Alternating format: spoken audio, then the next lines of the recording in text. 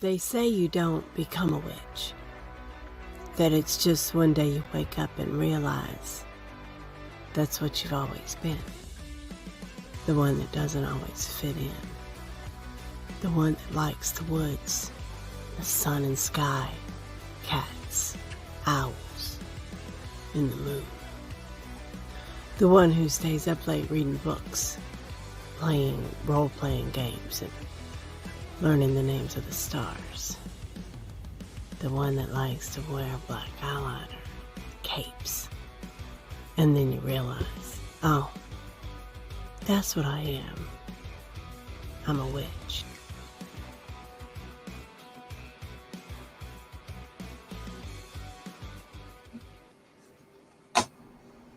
Hey, welcome, welcome. Welcome to the Seeker's Path. Welcome, Lola, Lady Lola, and I am Lady Belladonna, and we are here to share about the different topics that are common to witchcraft. Yeah, your Wicca 101, your 101 basics. I'm so glad you're back, Lola. We had off last week for, what was it, Memorial Day? It was 4th of July holiday weekend.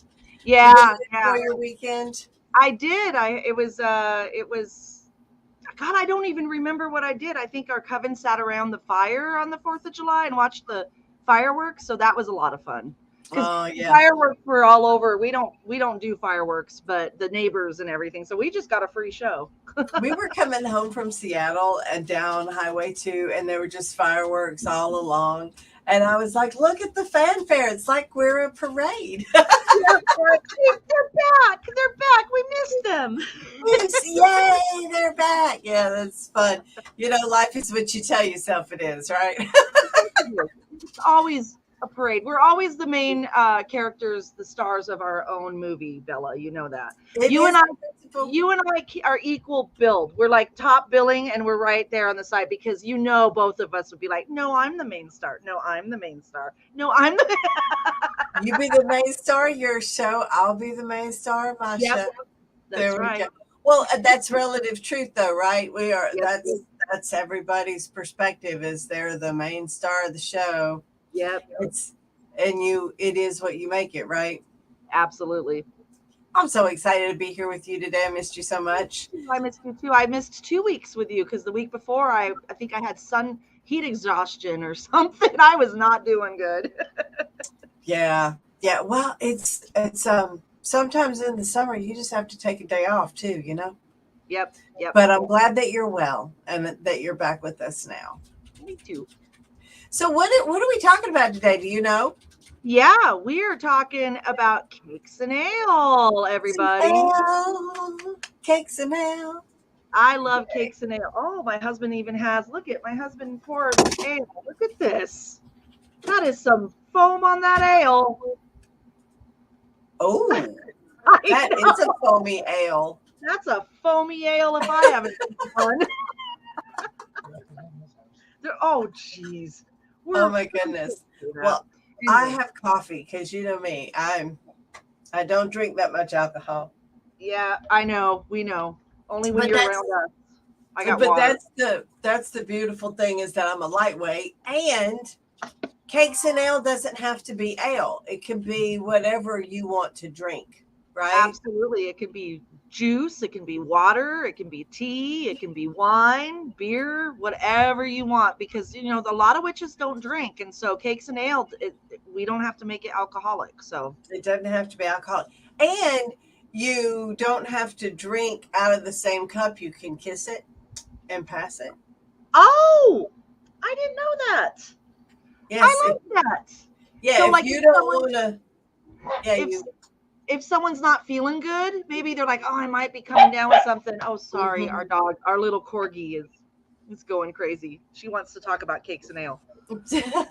So let's dive in. Cakes and ale. Why? There's many reasons why we do cakes and ale. There's several different reasons. Do you want to talk about what one of those reasons is that we do cakes and ale, what that is? Well, why don't you tell us? I'll tell you. One of the things is it's the communion of drinking of the goddess's body and eating of the god's body. So So we bless the chalice of the whatever drink is in there, and we bless it with the, this is represents the goddess, and when you drink from this, you are taking in her love and her life and all that. And then same with the cakes, they bless it, the god blesses it, and then you take in that, and it's very similar to communion. Yes, it is. Yeah. And it kind of eating and drinking. Eating is of the earth quarter, and drinking is of the west quarter.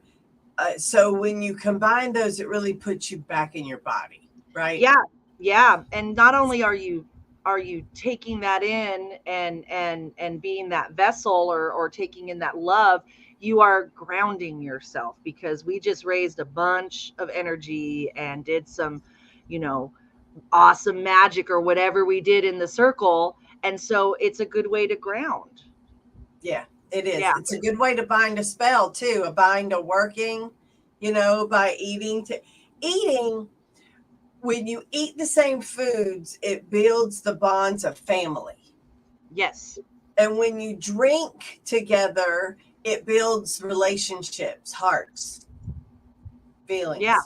Yeah. So that also bonds your spell or your working, because you're bringing those two forces together. Yep. It's like Absolutely.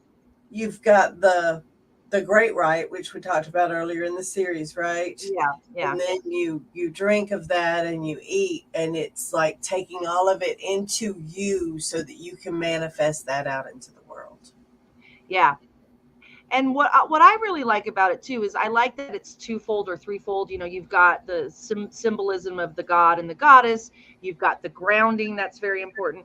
But you also have the communal gathering and bonding with your other people in the circle. It brings us together, because we always talk about how what's the room that we gather in when we have people over at our home? Everyone gathers in the kitchen. In the kitchen. Yeah, the kitchen is where the food, where the heart of the house is. It's where people, and it's funny because our kitchen is so tiny. And so I always think, well, no one's going to want to stand in the kitchen. And whenever we have a gathering, I will find like 5 or 6 or 7 people just standing in the kitchen talking. And I'm like, well, it doesn't matter the size of the kitchen. It's just the energy of sharing, sharing that space. You're eating, that's where you create things. And so I really like that part of Cakes and Ale too. Having the hearth right there. When I became archpriestess, we had the refectory, and that was it for normal sized people. Sometimes only 2 people. Sometimes you could squeeze in 3, but it's pretty much, it was 4 people, and that wasn't enough. So I got a circular table, and there's 8 chairs, but you can get like 12 people around it if you want to. And it really is a place where we gather and hang out. And yeah, that's true. We hang out around the table because it builds relationships. It builds relationships, and you're sharing food and drink with one another. And that's, I think, as witches and just as human, even muggles and whatever, whether you're witch or not, I think we kind of forget the importance sometimes of communal family dinner, family gathering, because that's where you make the connections. In the house I grew up in, it was important that we ate dinner every night at the table. That was a rule in our family. We had to eat, because that was our time to catch up as a family. That was our time to touch base, see what's going on, and share that food. And there's something really special about that. Yeah, we have. Now, we can't do it every night because it's the mother church, and sometimes we're having an event. Sometimes we're teaching class. Sometimes we're, doing a live. But Dusty or I will cook for the house 4 or 5 times a week, and we all sit down together and eat.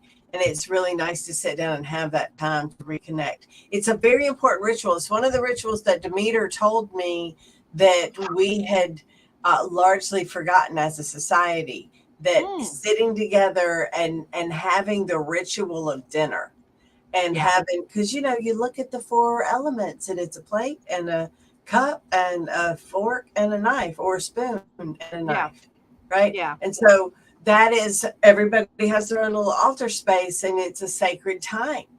And we've kind of forgotten that as a society, and it's one of the things that Demeter's wants us to bring back to the world, are that ritual, but many others of the rituals of humanity that have been lost to time. Yeah. So I think that cakes and wine or cakes and ale are really important, but I also like this. There's this mythology about the cakes, and I don't know if you've ever heard it. I'd like to hear it. Okay. So I'm paying attention. I'm listening. It's supposed to be made of oats and honey. Make a cake of oats and honey and give it to the goddess, right? Mm-hmm. Right? I've heard this. So, man, do you have a recipe for an oats and honey cake that's good? Because I have not been able to find just the right combination. Weed Oreos, because they're vegan. But man, if I could find an oats and honey recipe, you guys are listening. If there's an oats and honey cookie recipe, there's this one chick, her name's Thea Crabtree. She made these little awesome oats and honey cakes. Oh man, and they had a little pentagram stamp. Yeah. I wish I had that recipe. I would love to be, but I have twice in my lifetime have tried to find and make that recipe, and I have not succeeded yet. I will succeed. But how many times did they make a light bulb? Man, that's a lot of cookies. Well, we have our coven. We have a special cookie that we eat for our cakes and ale, and it's kind of our little treat. And the coven really enjoys it. It's the Pepperidge Farm or Milanos. Oh, the Milanos. Yes. Milanos. I think that kind of happens. Everybody establishes their favorite. Yeah, we love Oreos here. I love that. Yeah. I love it that it's Oreos. And so, you know what? Sometimes someone forgets to bring the cakes, and so you gotta improvise, right? We've done it. We've done it with like Cheez-Its, Well, and I like to have fruit for the people who are gluten intolerant, because food is love. Like, we don't want food to mean love. But let somebody leave you out at dinner and see if you don't feel unloved. You know what I mean? I mean, it's ingrained in us. It's part of our culture that people that are feeding us love us and are nurturing and care about us. Hestia and all her mysteries involving the hearth and love and home and mealtime. So you really you develop that. It's like every coven is different. You develop that ritual that is yours. I like to take a cookie and a little bit of the leftover, whatever it is, drink, set that, well, not leftover, but the leftover in the big chalice, set that aside, because that's for the goddess, right? And then after it's over, I go and put it at her feet. Some people libate the ground where they are. Some people put it in a cup and then go and put it out later. What do you guys do at the end of ritual? We make an offering to the Fae. We have a Fae tree, and so we always leave an extra for the Fae, an extra cookie and a little bit of wine left in the chalice, and then we go and make that offering, because we're very much about, we got to keep the Fae appeased and happy. Yes, you want the Fae to be happy. So can you get there from inside your circle? Do you have to leave circle? Do you wait till circle's over? We wait till circle's over after we're done, and then that's our little thing that we do. So you guys, what we're talking about is you do cakes and wine. So the high priest and high priestess, or whoever's chosen, blesses the wine with the great rite, and they pass it around, and then they do the cakes, they pass it around, and there's certain incantations that you can say if you want to. You make it up and do whatever you want to do. Yeah. And then after that, you offer some to deity. Some people do it first. We usually set it aside, and then in our group, we set some aside. We send the chalice around, and then whatever's left we set aside, and then we put a cookie with it. And when it's all over, part of the cleaning up the ritual is somebody goes and takes that to a tree in the pan shrine and gives it to, or the tree right at the back door, and gives it to the Fae. And Lola gives it to fairies in her yard. Yep. So that's an interesting tradition, and it develops differently in all kinds of different groups, Well, right? we literally have like a fae tree in our backyard where we have our very growing fairy garden, and that's where some of our cats that have passed are buried, because we just think cats and fae are kind of go hand in hand, because cats are very mischievous and independent and like the fae, so we like to see their my husband's whispering his own commentary about what he thinks about cats. But yeah, so we like that kind of, it's very magical. It's a very magical place. We've had people come over and we've never even told them that's our fae tree, and they've looked over and they're like, there's a lot of magic going on at that tree. And we're like, and it's a plum tree. It's a Yeah. plum tree. It's just a plum tree, but since we've had this property, that tree is where you just feel it. So that became our fae tree, and that's where we do our offerings. That's the thing about the fae, is that we also have a fairy shrine, and it's in a tree, and then we have the fairy house beside the fairy shrine, and that is right beside the pan shrine, because the fae and the pan man like to hang out together and play. So it is very important to keep them happy and to keep them at peace. But the cool thing is that they could be in any kind of foliage. And the way that you can usually tell that there are fairies there is that when you look at the tree, it kind of looks like it's trying to look like an animal of some sort. It's trying to look like some sort of animal because it's a protector tree. And when it gets old, other things will grow out of it. And sometimes you'll be able to see like, this is this era of protector, and this is this one, and this is that. I found a root system that looked so much like a crocodile, it made me scream. It was under a rock. Yeah, that was a pretty powerful day where I went into trance in the fairy holt, and I went like I astral projected into the fairy holt, and that's where I learned all this stuff about fairies. It was really cool. But that's how you know it. If you're walking through the woods and you're like, that tree looks like an animal. That's what it's doing. Go look closer, and you'll probably see other little leaves and rocks and shapes in the ground that look like fairies.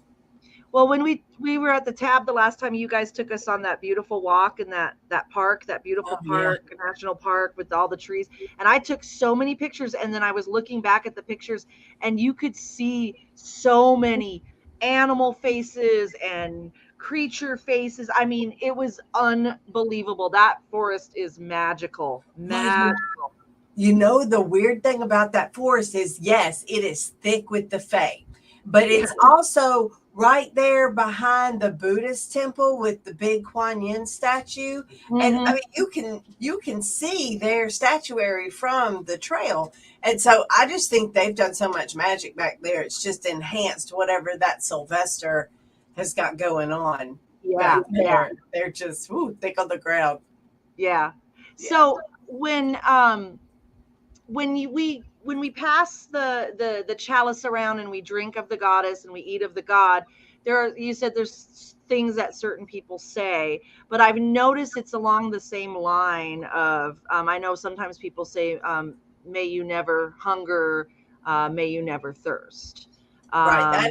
I think that's pretty classic. Yeah. We kind of say ours a little different because I was taught to not use the word never in circle. So we say, may you always find love within the circle when we do the chalice. And then we say, may you always have plenty when we pass the food, which I kind of like. But I wanted to ask you something because I get different answers with this. So I'm interested in what you think about this. So as you know, our coven, Children of the Crossroads, we can have a lot of mirth and we have a lot of reverence. We're a fun coven, but we also know how to have the reverence. We have a good time in circle. We lots of giggles, lots of just fun times, but during Cakes and Ale is the time that I have requested that we are more reverent. It is a reverent thing for me. I think I think there needs to be silence. I think that we need to honor what we are doing. we need to pay attention and make eye contact when we're, and so that's the only time I ever ask my coven, just let's, and let's really listen to this. Now, other people have said, oh, but that's a celebratory time, which I get, because you're eating and you're drinking, so it's a little more festive. What is your opinion on that, Bella? Okay, that is a really good one. I have seen people be overly reverent at witch ceremonies, and I'm like, you go in and the lights are off and there's nothing but candles on and everybody's whispering, and it's like, oh my God, this is too hooty guru for me. I want to have a little light. Can I see who these people are? Like I want to meet people and I want to be able to talk and have a good time and go into circle and like have a varying amount of mirth and reverence, right? Yeah. Mm-hmm. So if you're it's all things in moderation, including moderation, Lola. If that's where you really feel the spirit, you've raised energy, and now you want to take it all in and process and receive this energy and give a moment to worship what you just did. I think that's absolutely appropriate. Mm-hmm. If people are like, yay, we just did all of this energy, yay, Yeah. I think that's appropriate too. It's really a matter of the culture of your circle. Yeah. Don't you think? Yeah. Oh, yeah, absolutely. I don't think there's a wrong way to worship, which is really cool because it's super flexible. Now, sometimes I like one and sometimes I like the other. If everybody's just jack-a-lacking all through ritual, I don't like it. You can't be a clown all the time. If you're always clowning, then I can't take you serious. If you're always serious, then I can't have fun. Yep. Right? So let's have a mixture and a balance. I want to have a good time. I want to do serious magic when it's time to do serious magic. I want to really make a difference and help people when it's time to make a difference and help people. And I want to party hard when it's time to party hard. Yeah. Yeah, right? We're on the same wavelength. Bella and Lola go hard on earth. Go hard or go home. And that should be a movie, Lola. So, cakes, and I would like to know what other people have said.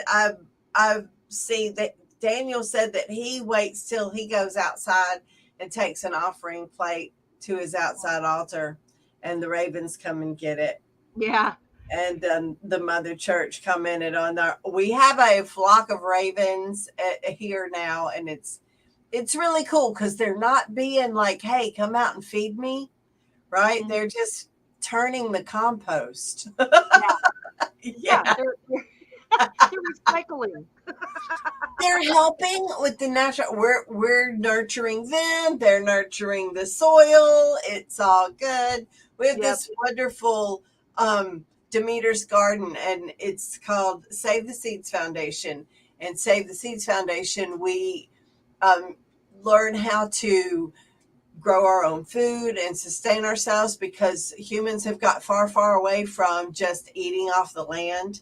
Mm-hmm. And so we have Save the Seeds Foundation to teach us how to garden. And let me tell you what, you guys, people think I know how to garden. I don't know how to garden. I'm a tarot reader. I'm a priestess. I teach witchcraft. I do not know how to grow tomatoes. I am learning. The guys like, you have to get this garden in the ground. You're not going to learn how to garden overnight. You can't just plant seeds and expect a garden to grow. And boy, she was right. We're 4 or 5 years in and we're still learning. But it's fun. Good. That's good. I mean, I have a black thumb, but we have 2 plants in our house, a rubber plant that LaVeau gifted us a few years ago, and it's blossomed beautifully. I named it Hestia because it was when she was the vessel of Hestia. And then I got this beautiful orchid that one of my friends brought back to life. Cool. And honey, you'll get credit for it. My husband pointed to himself. I got the orchid for you. Yes, you did. he really like. I love me some Phil. He is something else. Oh, I love you too, Bella. He said, "I love you too." Yes. But I named my orchid Aphrodite because it was when I decided to just self-dedicate to Aphrodite and bring her into my life, which has been great. And this orchid has 8 blooms on it. It is the healthiest, most beautiful orchid I've ever seen. So yeah, so it's just about practicing and doing that. But I wanted to add something real quick before we switch gears. When we do our offerings to the Fae, and people out there, make sure that you do it in an area where your pets can't get to it, because some of our cookies are chocolate and we don't want our doggies to get the chocolate. So we have a little gate or a fence around our tree so our dogs don't, because our dogs will go and smell that food. Sure. And Well, yeah, I take it a step further and I don't put chocolate out. yeah. Yeah, I don't put chocolate out. We have little vanilla wafers. Yeah, our vanilla Milanos have cookies. chocolate in them, so Oh, yeah. we've made it where the dogs can't get to it. That's So, good. That's yeah, good. Yeah. just Yeah. little safety measure for those thinking about doing offerings. Make sure that it's pet friendly, or you don't have your pets near it. So, because someone was talking about the ravens coming and Daniel was talking about the ravens coming in and picking up those offerings, and so I thought, oh yeah, we should probably do a little reminder that be aware of what you're putting out there for the Fae, because not just the Fae get it, all That's the wild true. animals. That's true. Well, animals count as Fae when you're putting out offerings, because the dogs are the great mother herself. So, yep. But yeah, you don't want to make it easy for them. Don't put it in their dog bowl. Honey, I wanted to tell you, Lola, you asked about what we did. And I was thinking, this came up a couple times and then we talked past it. But back in the day when I had just a few of my friends were working witchcraft together at Cakes and Ale, we would do the formal Cakes and Ale. And then we would sit down and drink the rest of the wine and eat the rest of the cookies. And we'd usually have a spread and we'd just eat it right there in circle, and we'd process and we'd talk and we'd hang out. And those were the days, because it'd just be like, 3 or 5 of us, and it was really great. And I was thinking I should do that with my inner group, the small group, because you can with small groups. But when you're a large group and you're outside and it's chilly because it's Washington State's rainforest, and you can't take food out there too much because it'll get wet and soggy, and you can't sit around on the ground and all of that. So it's also environmental and based on how many people you have. Yeah. What a lovely discussion. Well, and this Cakes and Ale card, if you got this card in a reading, Bella, like if someone said, hey, here's your oracle card, and they draw Cakes and Ale, what do you think that would mean for you if you got this particular card? Well, the wine spilling and everything being kind of not safe on the plate, that disturbs me. Does it? See, I see something different. What do you see? I see celebration. Oh. I see that it was just kind of carefree and almost like the after effects of a fun party. And there's a plate there where the wine was spilled, and I think that's like a little whiskey, little bit of whiskey, and then the cake's on its side. So I'm like, woo, somebody had fun. So if I got that, to me it's saying celebrate. Yeah. Well, see, sometimes you need to see what the artist was thinking, right? Because it looks delicious, it looks wonderful, but it looks like somebody just took the table and turned it. Right. And so I wasn't sure. Yeah. But I love the wine glass and the cake. The cake's it looks yummy. Are you a cake person or a pie person? Because I love cake over cookies. I know you and my husband love cake. I'm a pie person myself. Dusty's a pie person. Oh, pie people unite! Woo-hoo! Yes, right. Phil says, Bella, I got your back. That's right. My husband and Bella are the cake people, and we're good friends, Lola. I know. Good friends. So you want to go on to the next topic? I do. I'm excited to talk about the next subject. It's initiation. Let me get the picture up. Hold on here. Oh, I do have it. I really do. Daniel said he saw a family fight at a get-together.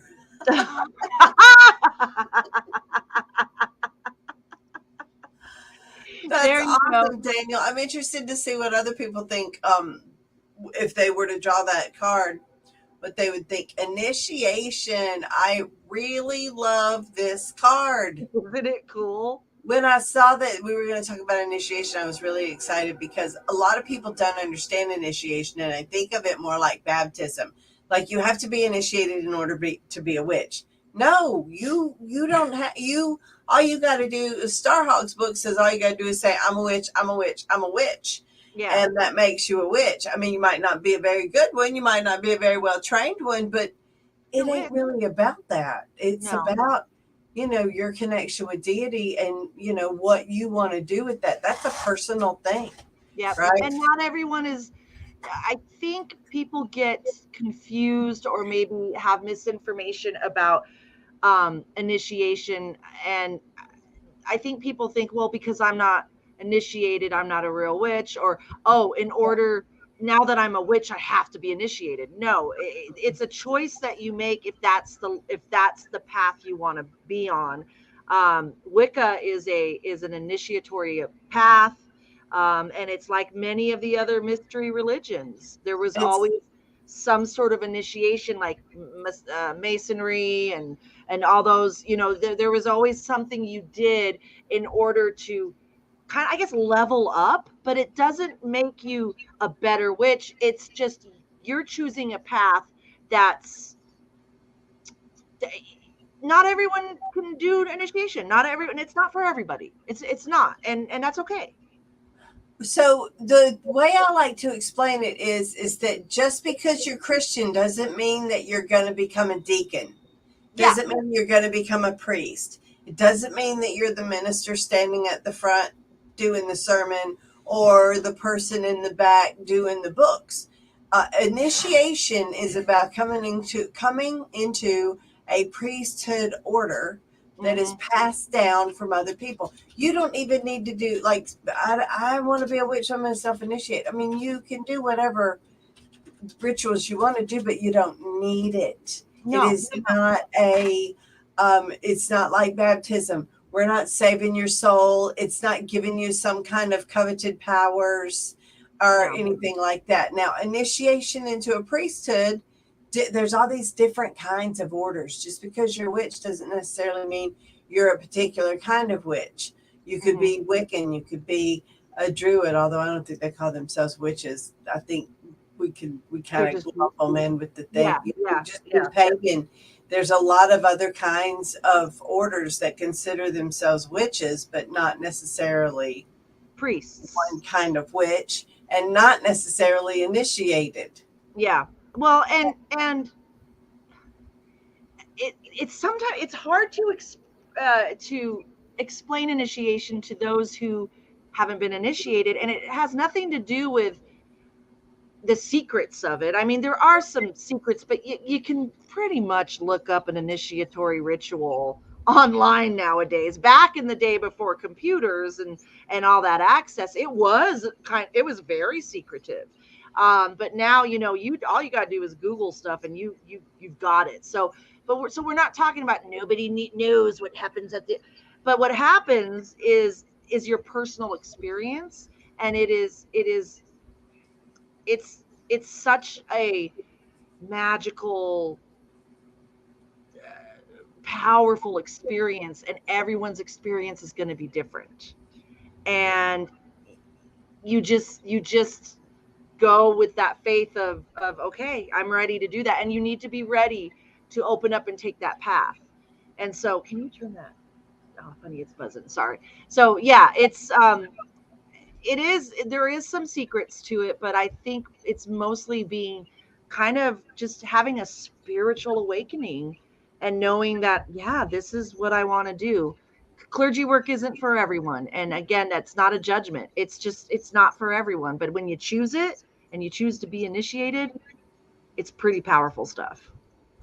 Likewise, there is a path of initiation that is the soul's journey through initiation. And those are kind of like, those are sign points along the way that tell other people who've gone through that journey, tell other initiates that this person is also an initiate. And when you know them because you've experienced them. And if you don't know them, you don't, unless somebody tells you, right? And that is why you need a spiritual teacher, is because that teacher will help you get further down that path, because you're not wandering around in the dark. Yeah. Being in an initiatory path, your teacher takes on your karma and says to the Lords of Karma, I take this person's karma on, and I will teach them the way. And you learn the way, and everybody's good. If you don't learn the way, the results vary from coven to coven, right? Yeah. But it's not, you don't need it to be a witch. No. You need it for some goals, but it's not every person's path. No, it's not. And that's another thing about the school, the seminary, Wiccan seminary, is I would, when I was a student at the school, I had people saying, well, I don't need to go to school to learn how to be a witch, because I already am a witch. And it's like, I'm not going to the school to learn how to be a witch. I'm going to the school, and I'm in a coven because the goddess, which I never expected, never in a million years did I expect that I would be a Wiccan high priestess. And I mean, if you would have told me this 20 years ago, I would have laughed. I would have been like, what? And it just, she taps you on the shoulder, and she's like, I want you to help make, I guess, to preach, or whatever you want to call it, to preach the lessons of the goddess, spread that word. Yeah. And so it's not teaching you how to be a witch. It's teaching you how to be clergy, how to run a ministry, because our covens are ministries, our groups, and we need those leaders in our life. And then we need the people who are like, I don't want to do that, but I will help you. I'll do whatever you want me to do, but I don't want to be Wiccan clergy. And it's like, that's awesome, because we need the others too. So I'll show up and build a fire. I'll bring firewood. I'll bring banana pudding. I'll bring these magical oat and honey cakes. All of that is necessary. It takes a village to create a community, but it takes a leader to make all the plans that are required to get a community together. Yeah. And initiation is a beautiful process. It brings you into a family. So it's got a lot about acceptance as well, don't you think? Oh, well, yeah, because, you've gone through something that is a lineage, first of all, which is very powerful, and your teachers pass this down, and then you pass it to your coveners, and then your coveners, if you're in a coven that hives off, or, does that, then they do. And that lineage goes on, and, you have your puppy papers, whatever you want to call them. And there you see the connection of all the way back, who initiated, all the way at the beginning of your puppy papers, and it goes down, and then this, and then you get to see your name on there, and you get to, and it's a very powerful, beautiful feeling. It's a family. It's a tradition. These are very, very important things, not just with witches, but I think in life, tradition and family are very important. Yeah, agreed. Yeah. Agreed. Yeah. So, one of the things about initiation is, the pressure too. Like, there is a change in you when you do it because of our clergy training. We specifically deal with the mysteries of life and death, right? Yep. Fertility. Our Lady Persephone is the goddess of fertility and death. Our Lady Dia would know the mysteries of heaven and earth. And Nana clothed herself in the raiment of the sky and descended into the underworld to see her sister Ereshkigal. It's what we do, right? Yeah. We guide people through the darkness. We help them experience the transformation of death and rebirth. We honor the cycles and seasons that bring about birth and death. Yeah. And so, and it's fun stuff. Yeah, and not everybody wants to do that too. And it's, man, I love it. Oh my God, I love it. It's in my soul. Right. Me too. Yeah. I love it. That's why we do it. That's why we are called to do it. And I don't know which came first, the love for it or the calling, but I think that Goddess recognizes that, because like I said, when I finally came out as a witch, the last thing on my mind was being a high priestess of a coven. I just wanted to play witch. You know what I mean? Like I Yeah, just I just wanted want to to draw like, stars in the air, wear capes, and cast spells. and Goddess is like, oh, I got you. You need to start doing this work. And you're like, what are you doing, Goddess? And she's like, you're going. And I'm I like, oh. I said to my teacher was teaching me the incantations for circle cast. And I was like, what do you mean memorize this stuff? We have to memorize this stuff? Isn't this like some kind of hippie religion? He got real indignant. He was like, you will memorize all these things, Donner. Because he was British. he was Donner. British, Yeah. so he overcorrected his A's. And Donner. I did. I memorized all of it. He set me straight that this was not some hippie religion and that I would be very learned if I was his student. And he made sure that was part of what I got. And I'm super grateful for it because there have been times where I've needed that. And there is, I think, with initiatory religions, well, first of all, the word religion scares a lot of people. And I feel that was one of the things that kind of scared me from studying Wicca as a religion and being in clergy, because I associate those words with some negative experiences that me and a lot of other witches have had in the Christian religion and Catholic or whatever. Churches. Yeah, churches. Like when you say our coven is Church of the Old Ways, some people are like, what do you teach? And it's like, Church. But it's a religion unlike any other, but not really though. Not really. I mean, there's differences, but there's not. It's the same. So the problem with the word church is that pagans have all those hooks about it, but also if you don't use it, you can't qualify for the rights that are given to churches. And that's the thing that pagans need to understand, is that you go, hey, recognize my religious order. And they go, oh, are you a church? No, I'm not a church. Oh, you're not a church. No, I'm not a church. Okay, well then we won't give you church rights.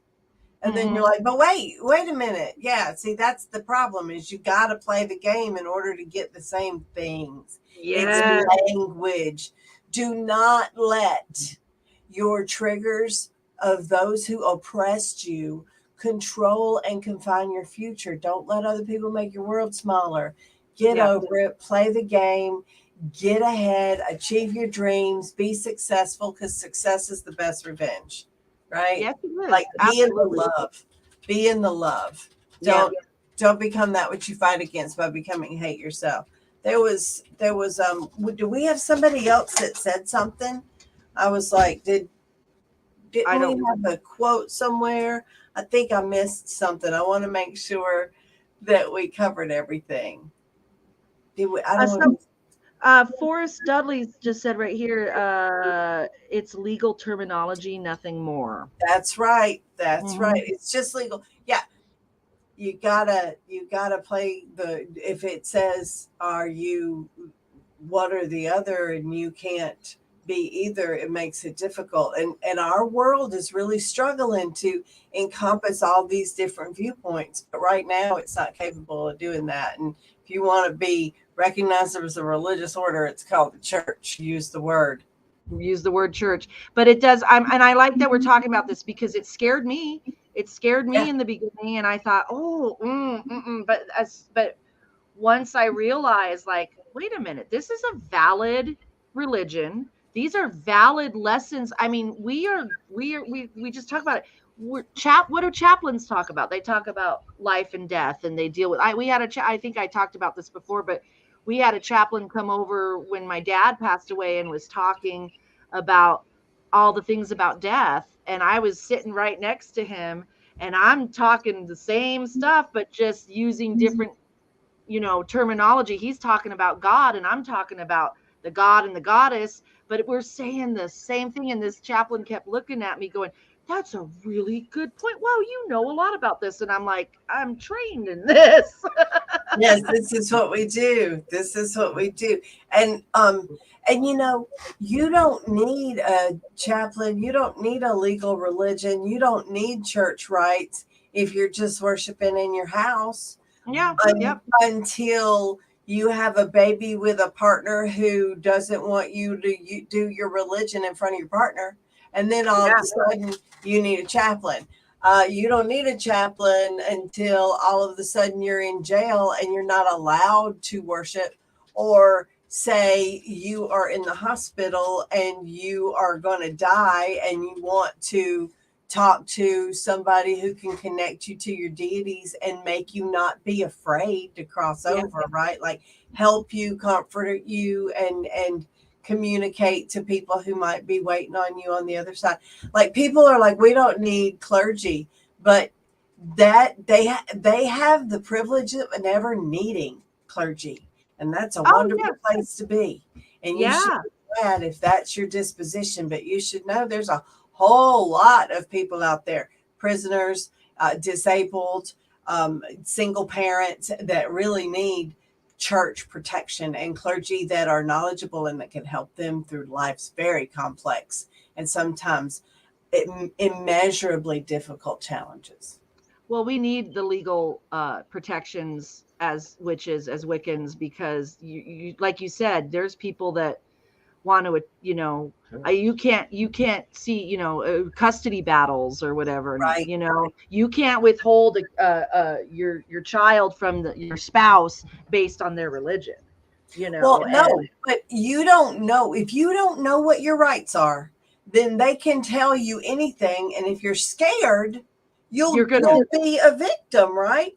But if you can call somebody who's a clergy person who knows how to help you because they've seen it before, then you know what your options are, and options create safety. Options create choices, and that makes you feel better. And then you get a hold to your world, right? Yep. Knowledge is power. Yes. My husband really is. Knowledge is power. So I think initiation is a lot of different things, and it leads to a lot of different places. But there's some cool things that we hadn't talked about, like the initiatory fast. Did you have to do a fast? We have not done the fast. That's not in our tradition, but we have heard about the fast. And we actually, me and Phil, our wild fit that we did where we lost weight, but it wasn't about losing weight. It was about changing our lifestyle. We actually did a 3-day fast, like just a water fast. And I will tell you, boy, that's a come to Jesus moment. Yeah, it is. Oh my God. Yes, it is. You gotta rely on your your senses and everything just like is powerful and it's impressive. So we've actually talked about like incorporating some sort of not full fast, but gradual fast kind of thing. So tell us about tiered fast. So it's a tiered fast, and it starts out where first of all, you have to figure out the exact number of days, because you don't want to come up funny on the end, right? So you got to plan it out. And a week before, you need to keep a food journal so you can see all the things that you're eating. And then we look over your food journal and we figure out all the things that are processed. And we take those out first. If you take out everything and you try to make somebody go 30 days without food, you're going to kill them. It's not about not eating. It's about what are you taking into your body? Yes. And so I want my students to focus on all the energy coming into their body. And by having to focus on their diet, it's easier to focus on all these other things too. And you have all these emotional responses. A lot of shadow work gets done during this, right? You have to dedicate this sacrifice of 30 days to your initiation, and yes, for visions, right? Messages. And then you give up like meat, heavy foods. Maybe you keep chicken and fish and dairy. Then you give up chicken and fish and dairy. The last week you're just on like fresh vegetables, grains, water, honey, Yeah. teas, you know, Yeah. things like that, avocados, fruits. And you can eat as much of it as you want. You just can only eat these specific things. Yeah. And it's a really good challenge, but it gives you so much control over yourself by the end of it. It's like you said, it's really empowering. Do you think it teaches discipline too? It teaches It how does. to have that self-discipline, and that's important if you're going to be going into the mysteries of initiation, because things are going to come up where we, like, especially as leaders, things are going to come up where, we're going to have those days where we are ministering someone and we're helping them through something. And, there's always that part of us that wants to say, oh my God, like, you know what I mean? Like, oh, I don't have the patience for this. But it teaches you self-discipline, how to put that thought into something else, how it takes a lot of discipline to be in clergy and to minister to people and to help people. You have to have that discipline. Well, you're trying to do something that not everybody can do, Yeah. so that you can achieve something that not everybody has. And Yeah. that should be difficult. It shows you where other things have power over you and Mhm. how to take your power back from those things. And a lot of times people lose a lot of weight and inflammation and a lot of body pain. A lot of Mhm. body pain comes from wheat and sugar, and we Mhm. tailor the fast based on the person's physical needs. Like if they're diabetic or things like that, you have to tailor it. But Yep. but yeah, I find it very valuable, very, very Yeah. valuable. And you have to journal. Yeah.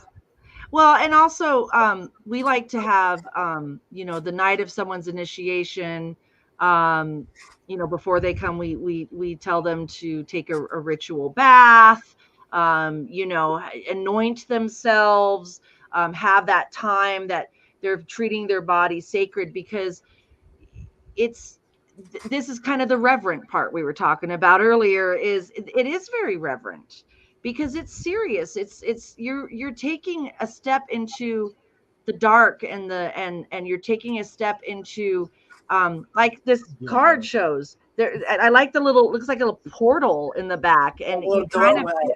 yeah, the doorway with the keyhole, and you're given the keys and what's out there, the universe and all its mysteries. And you have to prepare your body. So fasting makes sense. Because it's a temple, your body's a temple. So also you want to make sure it's clean and ready, and you're at your purest form as much as you can be in this day and age, because, let's face it, we are pampered and spoiled, and we do like our things here and there, but be as pure and ready and an open vessel as much as you can in 2023. And so there's symbolic things that we do to prepare the body and prepare the mind. And the build up to initiation is beautiful. Well, what I love about the wise tradition is that I sat around and I was like, how can I make this more special for the person? Right? Mm-hmm. Like you've got this initiation and all of these things need to be done, but how can we add more love onto it? Because I really feel like love is the answer to all the problems. And so I just try to love on people as much as I can. Yeah. So our people usually show up the night before, and we have you know like talk about the laws, and we love on them, and we we feed them what's on their fast, but they get a nice meal with all their loved ones. And then we wake up in the morning, and if they're going to get the tattoo, they go and get the tattoo. Mm-hmm. We have a tattoo of an owl for the wise Yeah. tradition. Yeah. And then the rest of the day, their coven members give them gifts and massages and readings and foot rubs and manicure and pedicure. We dyed one chick's hair one year. I like that. They get to sit in a hot tub. They get a ritual shower. They get all scrubbed down with salt and anointed with oils. We Yeah. write all over them, and so it's a real big, like, first degree is you are being adopted into this magical family and reborn into it. So we give you that kind of a birthday with magical items and love and people. And we have a baby book, and everybody signs the baby book, and it's got all the things in it that happened for you that day. And, you know, what was in the potion, what was in the incense, all of that kind of stuff. And you can lose a certificate, but that baby book is what really tells people that you were initiated, because it has everything in it that happened. Yeah.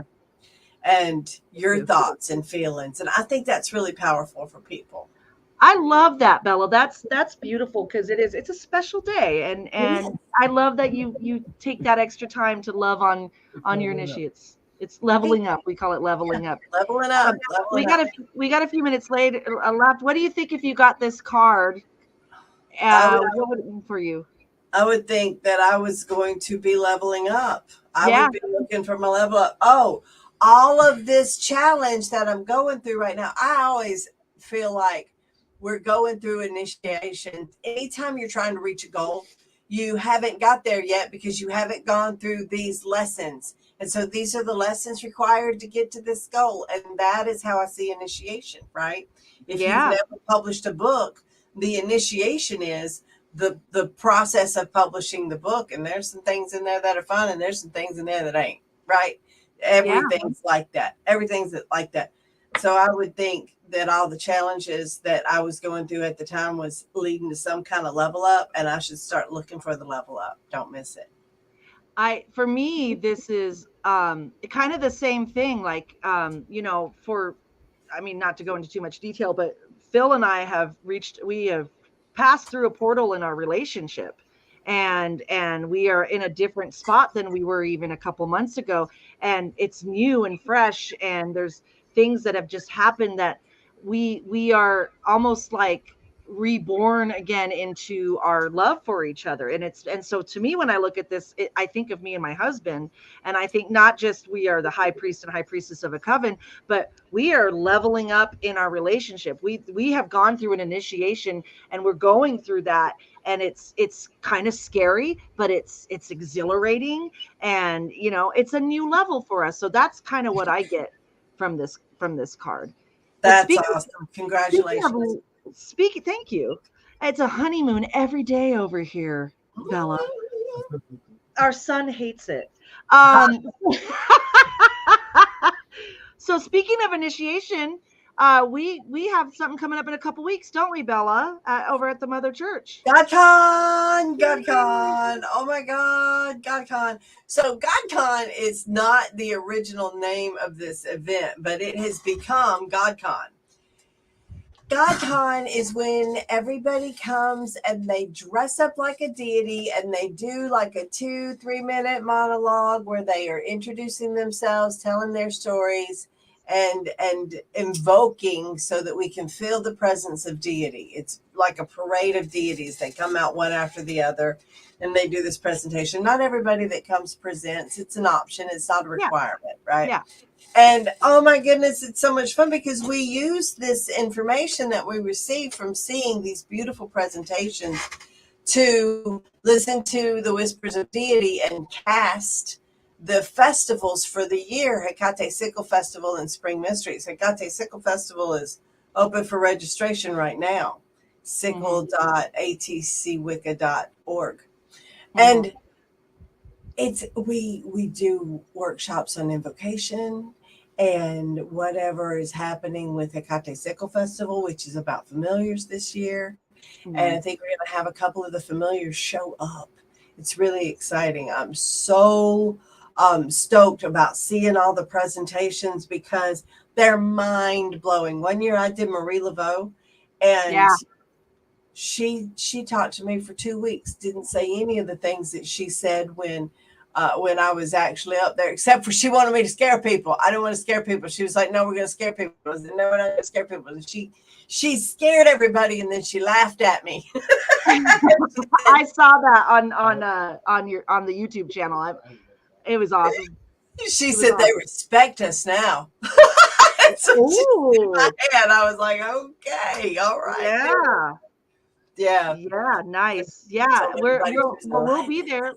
we'll be there. Me and my coven, we're very, very excited to be there. Oh, So, I'm so happy. We are just about out of Icon. space. We are Yeah. about to sell out. So if That's you what I want to heard. go, it's gosh, I don't even know how to get. Oh, look at that amazing producer Isadora already has the link up. www.atcwicca.org/GodCon. Yeah, we are just about to sell out of space. So if you want to go, and there's also a meal ticket. So if you want the meal ticket, you'll get a follow-up email that tells you about the meal ticket. You might want to get that too. It's a real good deal. $30 for the whole weekend's worth of food. I can't wait to see you, Lola. I can't wait to see you. So excited. We'll hug your neck and squeeze you so tight. Are you going to present? Oh, yes, I am. I am being Aphrodite. Oh my goodness. And my husband is going to be Dionysus. And let me tell you, I've been watching him work on that energy. And I'm telling you, there's going to be not a pair of dry jeans in the side. I didn't know. Are we going to be throwing our panties on the stage? Is that what you're saying? Yeah. I cannot wait. That's awesome. Yeah, you guys, y'all come up to the Mother Church. People that she's coming from Spokane. People come from all over to come to GodCon, and it's getting bigger every year, Lola. This is probably going to be the last time it can be a camp out in the backyard because it's just gotten so big, which is a wonderful problem to have because seeing all of those amazing beauties is just, you never know what's going to happen. I think Dusty's MCing this year. He usually brings a Nazi. So we're getting, Isadora is telling us we're running out of time. Yeah. And so I want to say next week we're going to talk about cords. Ooh, cords. We've just got a big shipment of cords. Yay, cords. Yay. Cords. You guys smash that like button, hit subscribe, get your notifications. See us every week. We're every week on YouTube at 5:00 Monday. And we're also on the Aquarian Tabernacle Church Facebook page and several other places. But go watch us on YouTube because that's where we get the most benefit from it. Yeah.